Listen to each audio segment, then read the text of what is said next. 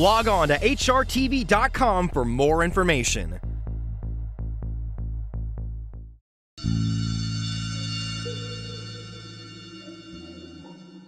What I'm honoring today is the fact that the fans love Zenyatta. The deep stretch is native Bumbo and Corey Vannery. And Corey Vannery, a native of Louisiana, lands career win 3,000. It's a great race for 3-year-olds who like the cold. And you know how it is, Jeff, the ups and downs of racing. So right now it's up. They're into the final furlong. It is Giant Oak down the center of the track, coming, charging, and Giant Oak was huge in the dawn. Hey, and I hope this was a good segment. I like to be on Rewind, you know.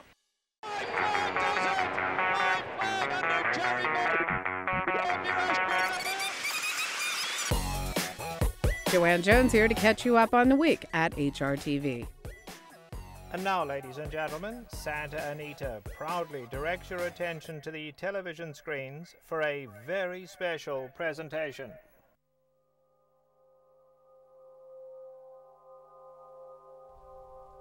For generations of Americans, the racehorse is defined by just one word: Secretariat. They're in the stretch. Secretariat has opened a 22-length lead. He is going to be the Triple Crown winner. Here comes Secretariat to the wire. An unbelievable, an amazing performance. He is perhaps the greatest horse to have ever raced. He is perhaps the most popular horse to have ever lived. In his spirit as a fan favorite, the annual Secretariat Vox Populi, Voice of the People Award has been created. And the winner of the first Vox Populi Award is 2010 Horse of the Year, Zenyatta. Penny Chenery honored Zenyatta with her first ever Vox Populi Award on Saturday.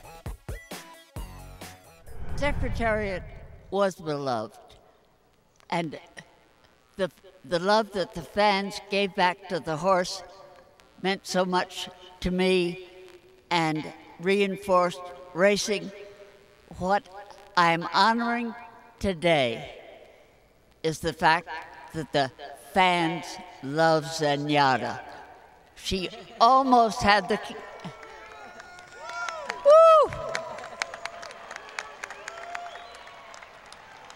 And it's you guys out here applauding us that makes it, because this award is to the horse that the fans love.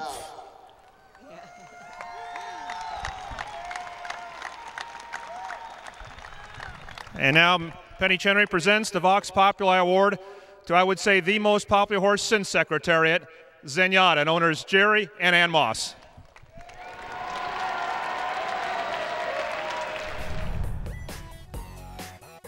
Santa Anita featured 3 graded stakes races on Saturday. The 2 favourites come to dispute the Las Virginas. They are homeward bound now, and turbulent descent on the outside being pushed along. Zazu is stretching her every yard of the way. A thrilling stretch running the Las Virginas. Zazu is outrunning the favourite, turbulent descent, and it's going to be Zazu to score. Zazu and Joel Rosario take the Las Virginas just over a length to turbulent descent. I'd say it's a very nice day. Tell us about the race today. What were your thoughts going in? Well, basically it was just that Joel Rosario rode the horse just absolutely beautifully and took his time and just caught the horses when he should have, and showed a tremendous burst of speed getting away from everybody. So this horse ran a great race. I take nothing from Zazu. She was incredible. Thank you, Jerry. And we're going to go to Dottie and Gordo. Dottie, you're so prominent with all of the Moss's horses being their racing manager. How did this horse get in the stable of the John Sadler barn? Oh, well, we buy them in September at the sale. David, my son, works with us on picking them out, and we divvy them up, and we try to be fair to all our trainers, so we love her. Now the whole picture's changing. Prawdinski the leader. Meteor down at the rail. Fluke is right there. Victor's Cry on the outside and Blue Chagall at the rail. Prawdinski holding off a wall of horses. Prawdinski's hanging on. Meteor, Fluke on the outside. Prawdinski and Fluke gonna hit it together. Fluke's gonna win it. Fluke gets up. Well ridden. Fluke wins. Prawdinski second. Meteor and Victor's Cry. Close photo for third. It is no fluke that Umberto Ascanio is standing here in the winner's circle with the teaching and the training that you've had with your mentor who won this race in 2008. How does it feel for you to get that monkey off your back? It's been a long time, like I say, it's been like the rough road, you know what I mean? And, but, you know what I mean, I never real quit. I try what I learned, and it's good results now. At what point in the race did you actually think, I might actually win this race this time with him? Well, you know, I got confident with 2 horses because they was working real good, and I know they're going to run good, you know what I mean? And well, Fluke come out through. Looks like he's going real easy. Rider hasn't asked him. Homeward bound in the Strobe. Twirling Candy gets the rein, shaking it in. Tweepster is going to try to make a race of it.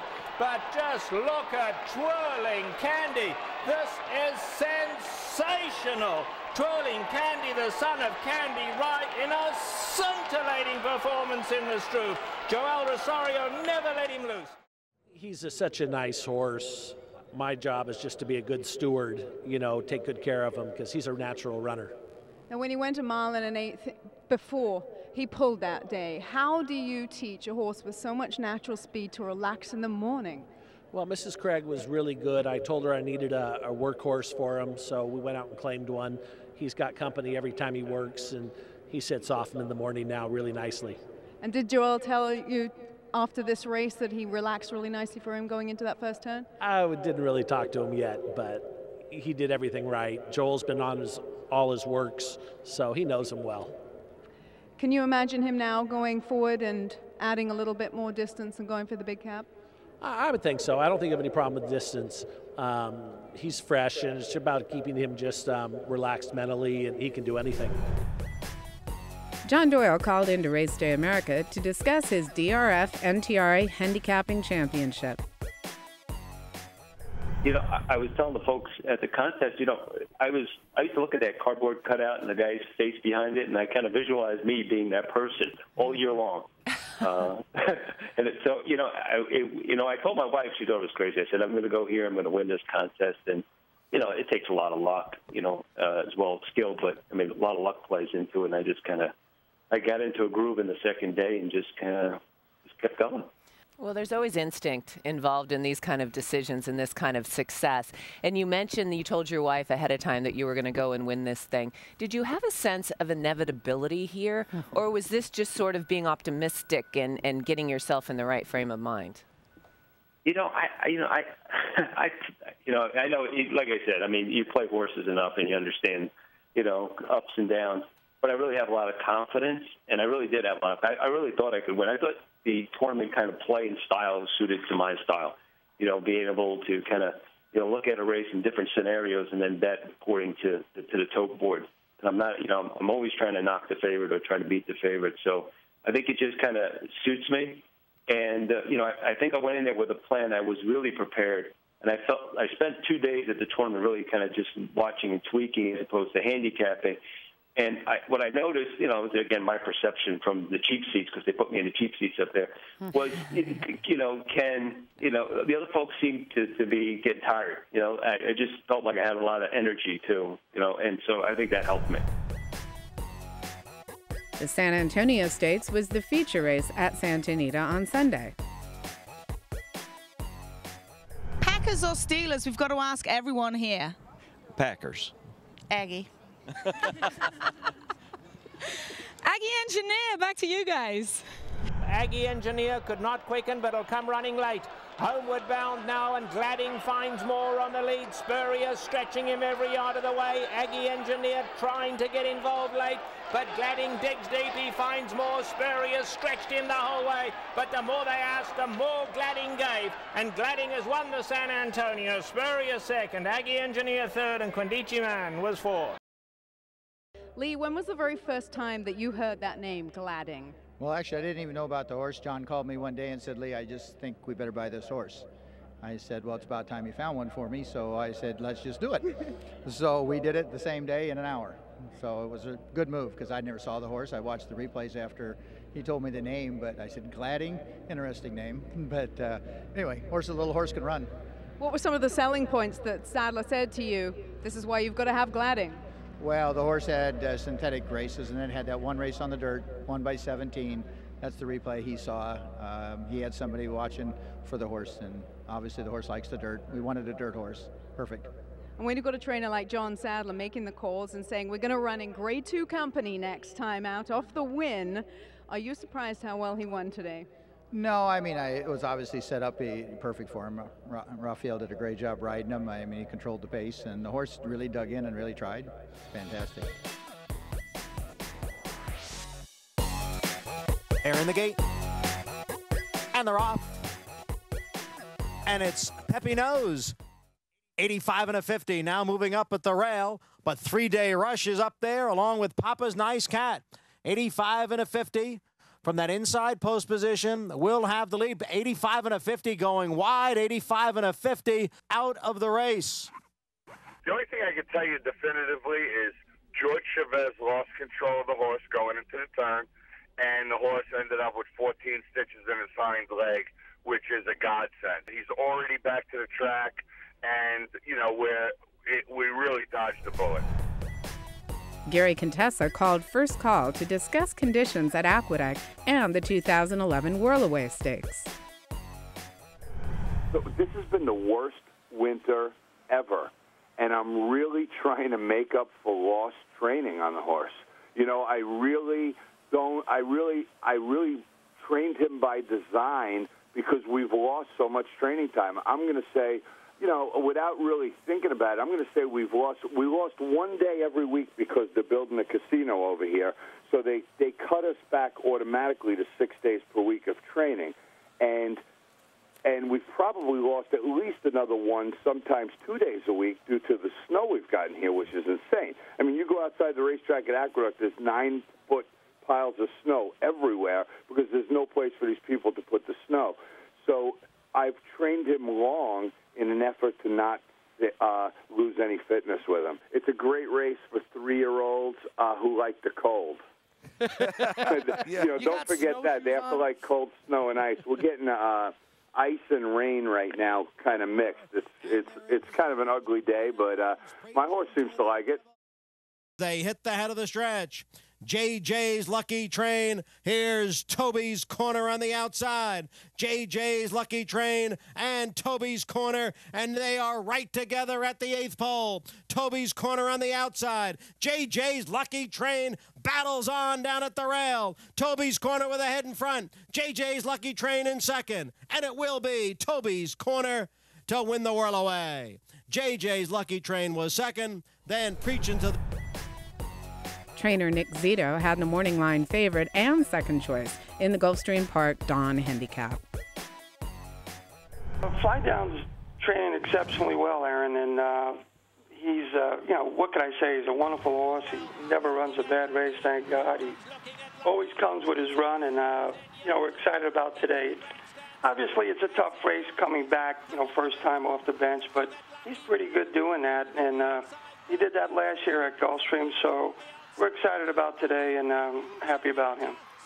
Nick, Flydown, maybe an underappreciated horse because he had so much bad luck. I remember his great race in the Belmont. He was nosed out in the Travers. He had trouble in the Breeders' Cup Classic, and he still ran well. You have to really think that maybe this colt hasn't shown his best, maybe by none of his own doing. Maybe he's got a chance to be a heck of a 4-year-old. He really does, Jeff, and, you know, that's the beauty part about this particular horse. Because, you know, hopefully this is his year. You know, he took no back seat to blame, and obviously Zenyatta. And it was a great race for a 3-year-old to run. He had trouble in the race, and what could you say? And his Travers was magnificent. His Belmont was great, and he's a good horse, and, you know, he could get better, and that's what we're looking for.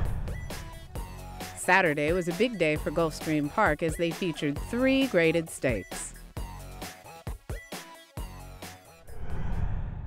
2 lengths back to Miss Blakely. It's Tea Time's got room on the inside, and Never Retreat is trying to get going late. It's now Cherokee Queen and Alex Solis taking over. Never Retreat moves into second as Cherokee Queen wins the Swanee River.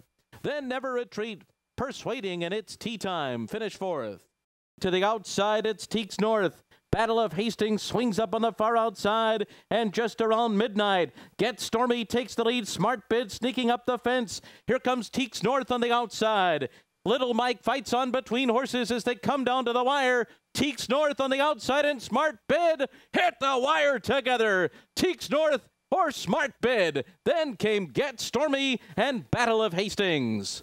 Turn for home. It's I Want Revenge. Rule on the outside. Cutting the corner is Morning Line. Square Eddie is back to fourth. Giant Oak is finishing fast on the far outside. They're into the final furlong. It is Giant Oak down the center of the track, coming charging, and Giant Oak was huge in the dawn. It was close for second between Rule and Morning Line. I Want Revenge. Peter, I'll tell you, too, the minute you left, it's been sunny and beautiful out ever since.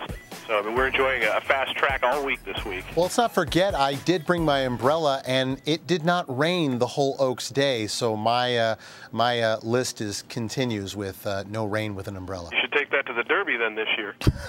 Jason, thank you so much.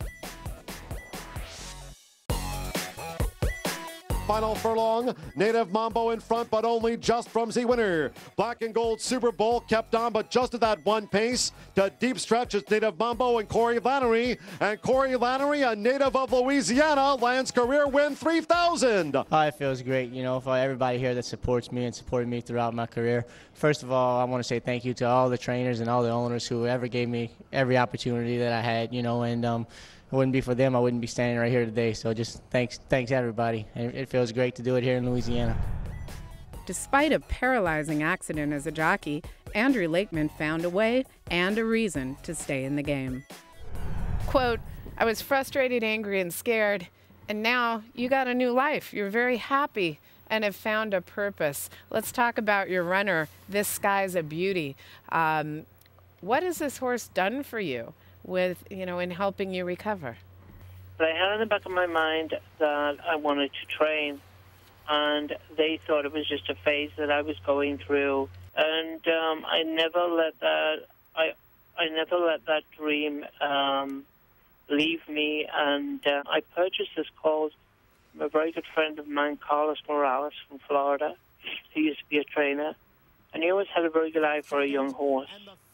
And I called him out of the blue, and he sent me the pictures of him in the pedigree, and I just loved him from the start, you know, and he's really turned my life around. In 2005, the Radosevich family lost son Josh in a spill at Beulah Park. Now his brother Jacob is taking the reins, beginning his career as a jockey and remembering his brother. And they're off. Great start. On November 16, 2005, 16-year-old apprentice Josh Radosevich was looking for his 20th win of his young career. Him riding, I knew there was danger, and I told him he'd go and get hurt and all that. You know, he said he never thought about that. I never thought of death. I never thought of death. Inside Hubble the Charmer as they reach the top of the stretch. Oh, Nayoka went down there. Hubble the Charmer lost the jockey as well. I knew it wasn't good when I seen him went down. He'll never be forgotten by me, you know what I mean? And anything I do, I kind of basically do it for Josh. As far as me being successful, and I had my good days, can I give it all back to have him back? Oh, yeah, that's you know, it'd be no problem. Your family, when it comes down to it, it's the most important part, you know, is with the family, being with the family and that, yeah, that's the most important part. Their other son, Jacob, has become a jockey, and Jacob has had a wonderful start to his career, and he's joining us right now by telephone. Jacob, welcome to Race Day America. I'm pretty good. How excited are you to get your career as a jockey underway? I know you had to wait till you were 18 years old. Yeah, it's very exciting, and the wait, it was worth it, I say, and I mean, it makes me happy, and it's like, I mean, I'm happy all the way around. Jacob, there's no escaping the fact that your older brother Joshua died in that spill at Beulah Park back in November of '05. Is that always in the back of your mind? And does being out on the racetrack make you feel somehow closer to him? Well, yeah. I really think more it affects me as it makes me stronger, and it makes me want to do it more. And like I always feel like he's with me out there. And like just the other day, it was the third win I had. Honestly, I think he pulled the reins for me. Really, as far as winning the race, I said, "Wow." And it just kind of, I feel like he's out there. That's all to it.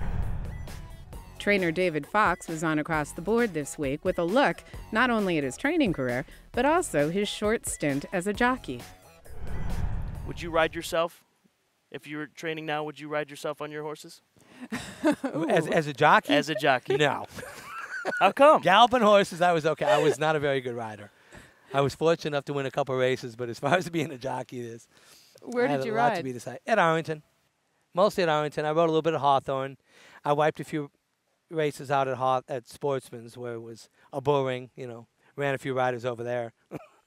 And having that background as a jockey, how does that benefit you in your training career? I think you can use it to your advantage as far as, when you watch a race, you know what a rider's doing and what he's thinking, and when they come back and try to lay a line on you about the race they rode, and you know really what they did. Does Abe Arcoa do that to you? I think they all do. Master Dunker, Liberty Cap is next, and then comes east of Danzig. It is wide open here. King Kunji the leader, brilliant speed to the outside, Liberty Cap, and Cozy Kitten right there too is Master Dunker. King Kunji won it! That's all for HRTV this week. Here's a look at what's coming up next week. Snow Chief was his rival. And when we were at the Derby, he was stabled at the east end of one barn and Ferdinand was at the west end. The media was always over with Snow Chief. And Charlie would talk to us, he'd take him out to eat grass, and he'd say, "Don't pay any attention to the media, they don't know what we've got here."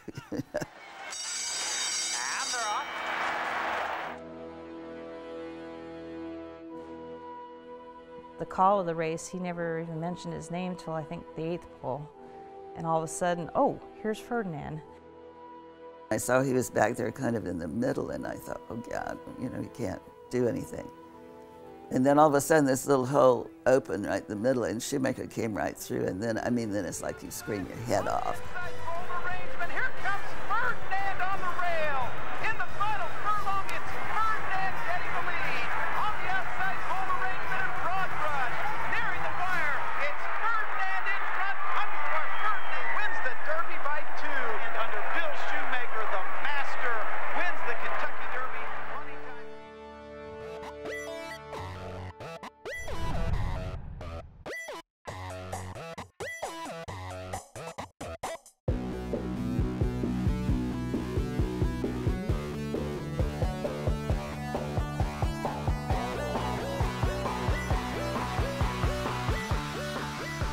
Guys, that's Janet Armstrong, and if you ever need a lift back from the hospital, she's the woman. She brought me after I broke my leg, Lafitte.